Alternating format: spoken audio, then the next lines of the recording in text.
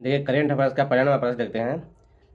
Delhi open 2026 में पुरुष एकल टेनिस खिताब किसने जीता? तो देखिए उत्तर एक ग्रीस के थे। ग्रीस के स्टेफानोस स्टेफानोस सकेला रेडिस सेकेला रेडिस है ना, ग्रीस के हैं, ध्यान रखिएगा दोस्तों। नोट्स में देखिए ग्रीस के 21 वर्षीय टेनिस खिलाड़ी स्टेफानोस सकेला रेडिस ने दिल्ली ओपन 2026 में पुरुष एकल का खिताब जीता। उन्होंने 22 फरवरी 2026 को नई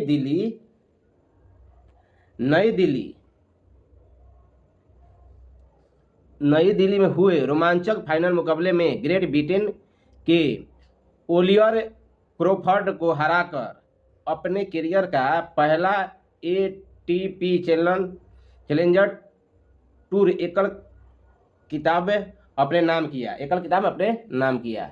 अब देखिए यहाँ से आपको पीटीए मेंस प्रश्न देखते हैं, टेनिस ले है ना। देखिए पहला प्रश्न दे रहा है, टेनिस के 4 प्रमुख ग्रैंड स्लैम कौन से हैं? तो देखिए Australia open, French open, Wimbledon, US open, मैंने 4 है। अगला प्रश्न देखते हैं, विश्व का सबसे पुराना टेनिस टूर्नामेंट कौन सा है?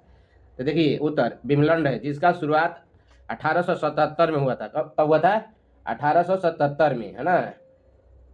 अगला प्रश्न देखते हैं, टेनिस में स्कोर 40-40 के होने पर उसे क्या कहा जाता है? क्या कहते हैं?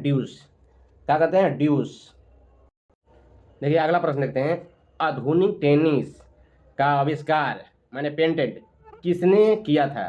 तो उत्तर 1874 में मेजर वाल्टर क्लोपटन बिंक्सफील्ड ने, है ना, बिंक्सफील्ड ने किए थे। अगला प्रश्न, फ्रेंच ओपन किस तरह के कोर्ट पर खेला जाता है? तो देखिए क्ले कोर्ट माने लाल मिट्टी पर खेला जाता है ना। टेनिस में एक सेट जीतने के लिए कितने गेम जीतना आवश्यकता है? माने कितना गेम जीतते हैं? देखिए कम से कम 6 गेम जीतना, 2 गेम के अंतराल पर 6 जीतना जरूरी है। अगला प्रश्न, एका किसे कहते हैं? तो देखिए उत्तर, जब सर्विस इतनी अच्छी हो कि प्रतिपक्षी खिलाड़ी उसे पूछ भी ना सके, उसी को बोलते हैं एक्का। करंट अफेयर का दूसरा प्रश्न देखते हैं, हाल ही में प्रधानमंत्री मोदी ने किस राज्य में 82 किलो लंबे नमो भारत कॉरिडोर में दिल्ली से मेरठ का उद्घाटन की? उत्तर प्रदेश में शहर मेरठ में उद्घाटन किए हैं, है ना। ये देखिए नमो भारत कॉरिडोर क्या है? तो ये रेल पटरी है ना, दिल्ली से मेरठ के बीच में चलेगी। और कितना है? तो 82 किलोमीटर, है ना। अब देखिए नमो भारत के बारे में हम लोग देख लेते हैं, महत्वपूर्ण प्रश्न यहाँ से कि नमो भारत कॉरिडोर क्या है। देखिए उत्तर, यह भारत की पहली क्षेत्रीय रैपिड ट्रांजिस्टर सिस्टम है जो दिल्ली, गाजियाबाद, मेरठ को जोड़ती है। अगला प्रश्न, नमो भारत ट्रेन की अधिकतम परिचालन गति क्या है? तो इसकी अधिकतम परिचालन गति 160 है ना। परिचालन गति 160 है, जबकि इसकी डिजाइन गति में ट्रेन की गति कितना है? 180। बाकी चलाना है आपको 160, ध्यान रखिएगा, चलाना है आपको 160। देखिए करंट अफेयर का तीसरा नंबर प्रश्न देखते हैं, मिलन 2026 नौसैनिक अभ्यास का आयोजन कहाँ किया जा रहा है? तो देखिए ये विशाखापट्टनम, राज्य आंध्र प्रदेश। इसमें 74 देश भागीदारी होंगे, है ना। अब देखिए मिलन के बारे में हम मुख्य प्रश्न यहाँ एग्जाम की दृष्टि से देख लेते हैं, है ना। देखिए पहला प्रश्न, मिलन अभ्यास की शुरुआत कब हुई थी? तो देखिए वर्ष 1995 में इसका शुरुआत हुआ था। अगला प्रश्न, मिलन किस प्रकार की अभ्यास है? तो देखिए यह एक बहुपक्षीय नौसैनिक अभ्यास है ना। अगला प्रश्न, मिलन का आयोजन कितने समय के अंतराल पर किया जाता है? तो 2 बरस के अंतराल पर किया जाता है ना, 2 बरस के अंतराल पर किया जाता है। अगला प्रश्न, शुरुआत में इनमें कितने देश शामिल थे? तो देखिए 4। मिलन में कौन अभ्यास है? मिलन अभ्यास में 4 देश शुरू इंडोनेशिया, सिंगापुर, श्रीलंका, थाईलैंड थे, है ना। अभी इसमें 2026 में 74 देश इसमें भाग लिए हैं, ध्यान रखिएगा। अगला प्रश्न देखते हैं, मिलन अभ्यास का मुख्य उद्देश्य क्या है? तो मैत्रीपूर्ण देशों के बीच समुद्री सहयोग, विश्वास और पेशेवर संवादों को सुदृढ़ करना है। देखिए करंट अफेयर का 4 नंबर प्रश्न देता है, हाल ही में आरबीआई ने अपना दूसरा सबसे सुरक्षित डेटा सेंटर कहाँ स्थापित किया गया था? ये देखिए भुवनेश्वर है, उड़ीसा में, है ना। अब देखिए महत्वपूर्ण प्रश्न यहाँ देखते हैं। देखिए पहला प्रश्न बोल रहा है कि आरबीआई की नई दूसरी सुरक्षित डेटा सेंटर कहाँ है? आपको बता दिए उड़ीसा में, शहर कहेगा था भुवनेश्वर। अगला प्रश्न, यह डेटा सेंटर किस प्रकार की सुरक्षा प्रदान करती है? तो यह टीयर 4 है ना, टीयर 4 की दृष्टि से यह सुरक्षा प्रदान करती है। देखिए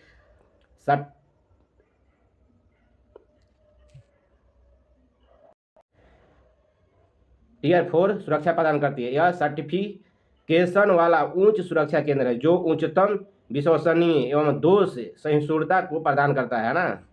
अगला प्रश्न, आरबीआई का प्राथमिक डेटा सेंटर कहाँ स्थापित किया गया था? देखिए आरबीआई का प्राथमिक डेटा सेंटर नई मुंबई में के खारघर में खोला गया था। कहाँ? खारघर में खोला गया था, है ना। अगला प्रश्न, उड़ीसा में यह केंद्र बनाने के पीछे मुख्य रणनीतिक कारण क्या है? यह पश्चिमी और उत्तर सीमा पर खतरे जैसे ड्रोन मिसाइल जैसे भूकंपीय क्षेत्र से दूर खोला गया, मतलब एकदम सुरक्षित इसको डाटा केंद्र बनाया गया है ना।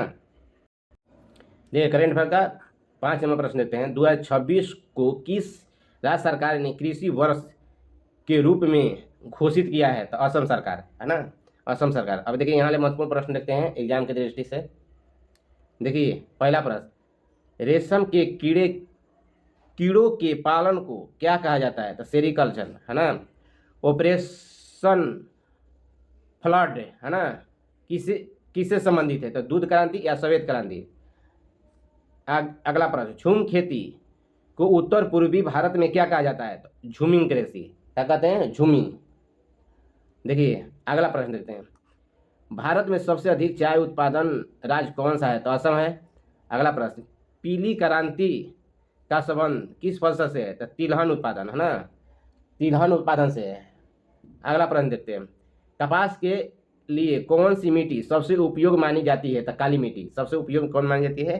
काली मिट्टी। अगला प्रश्न, भारत में हरित क्रांति का शुरुआत किस वर्ष हुई? किस दशक में हुआ? तो 1960 के दशक में हुआ। सॉरी भाई, अब से भारत में हरित क्रांति की शुरुआत किस दशक में हुई थी? तो 1960 के दशक के अंत में हुई थी, दशक के अंत में हुई थी। अगला प्रश्न, कॉफी की अरेबिका किस्म मूल रूप से किस देश से लाई जाती है? तो कहाँ से? एवं से लाई जाती है। देखिए करंट अफेयर का 6 नंबर प्रश्न देखते हैं, किस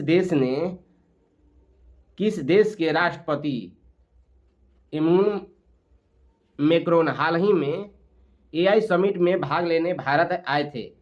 फ्रांस के। इमैनुअल मैक्रोन कहा गया? फ्रांस के। नोट में देखिए, एआई इम्पैक्ट समिट 2026 में आर्थिक विकास एवं सामाजिक भलाई चक्र के उद्देश्य से एआई संचालित मार्गों को बढ़ावा देना था, है ना। एआई इम्पैक्ट इसीलिए हुआ था। अब देखते हैं यहाँ पीटी मेंस के दृष्टि से।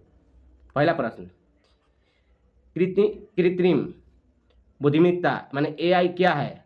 देखिए यह मशीनों के बुद्धिमान बनाने की तकनीकी है ताकि वह इंसानों की तरह सोच सके और कार्य भी कर सके। अगला प्रश्न, एआई के मुख्य प्रकार क्या है? तो उत्तर, इनके मुख्य रूप से 2 प्रकार होते हैं, एक नैरो एआई और एक जनरल एआई। माने एआई 2 प्रकार के होते हैं, है ना। अगला प्रश्न देखते हैं, मशीन लर्निंग क्या है? तो देखिए उत्तर क्या कर रहा है, यह एआई का एक उप क्षेत्र है जो कंप्यूटर को बिना स्पष्ट रूप से प्रोग्राम किए डाटे को सिखाने की अनुमति देता है ना।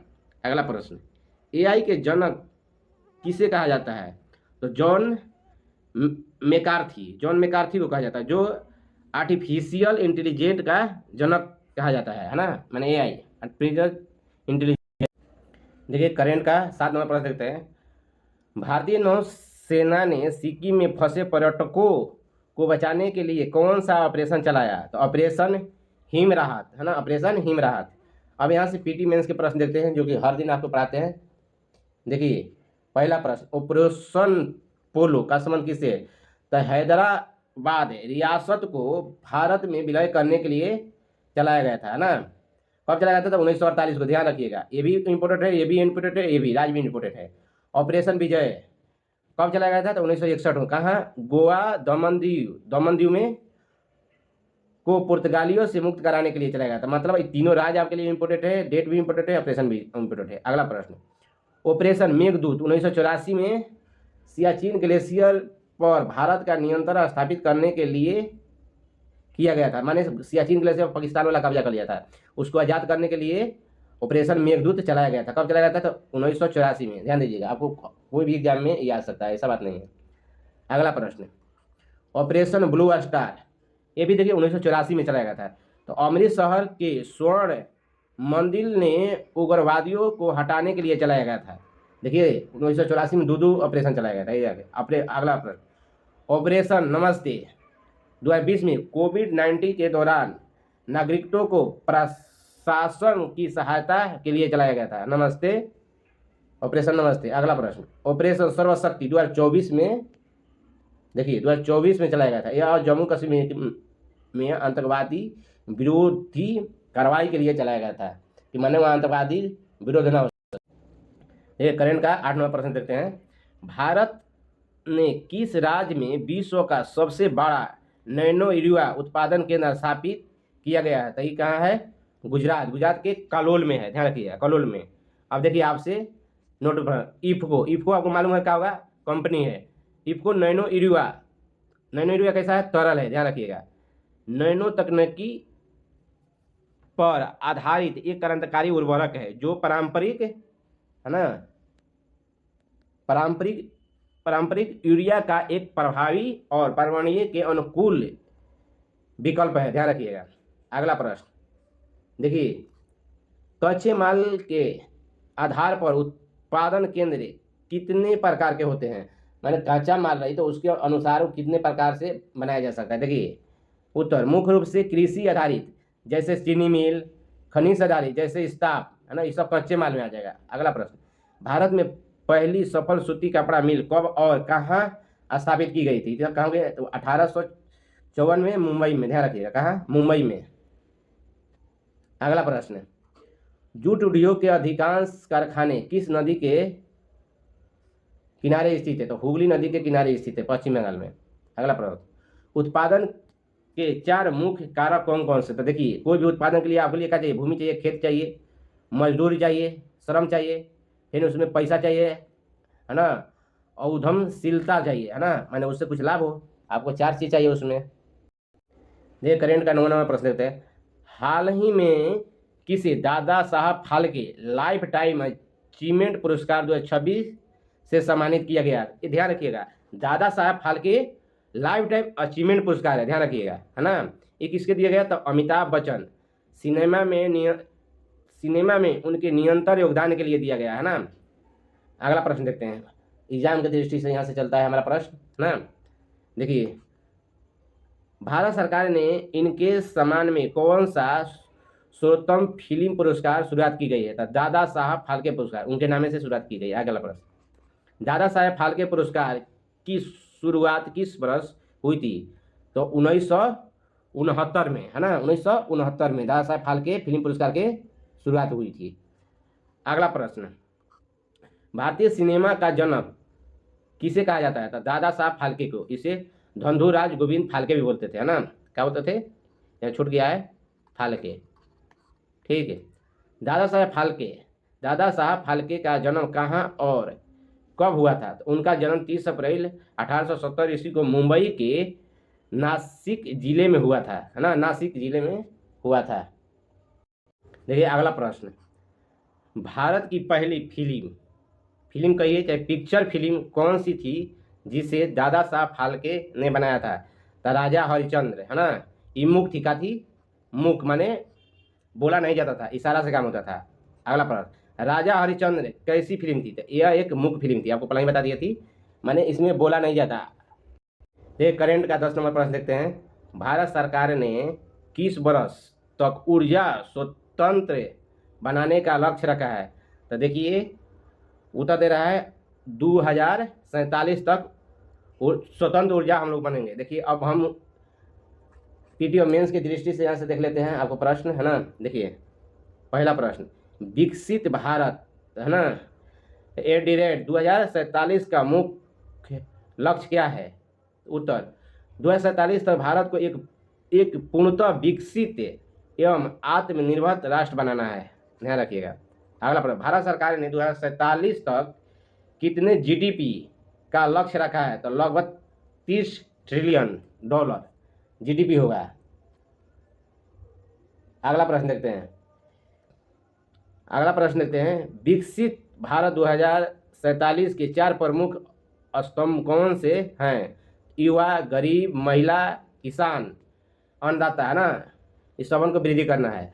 देखिए 2047 तक प्रति व्यक्ति आय का क्या लक्ष्य निर्धारित किया गया है? तो लगभग 18,000 अमेरिकी डॉलर। बाप रे बाप, अमेरिकी डॉलर होगा, ध्यान रखिएगा, अमेरिकी डॉलर होगा। अगला प्रश्न, विकसित भारत 2047 में विजन डॉक्यूमेंटेड किसके द्वारा तैयार किया जा रहा है? तो नीति आयोग, है ना। देखिए अगला प्रश्न, 2047 तक भारत दुनिया का दूसरा सबसे बड़ा, है ना, सबसे बड़ा अर्थव्यवस्था बनाने का क्या अर्थ है? तो क्रम शक्ति क्षमता, माने पीपीपी के मामले में दूसरा सबसे बड़ी अर्थव्यवस्था बनेगा, है ना।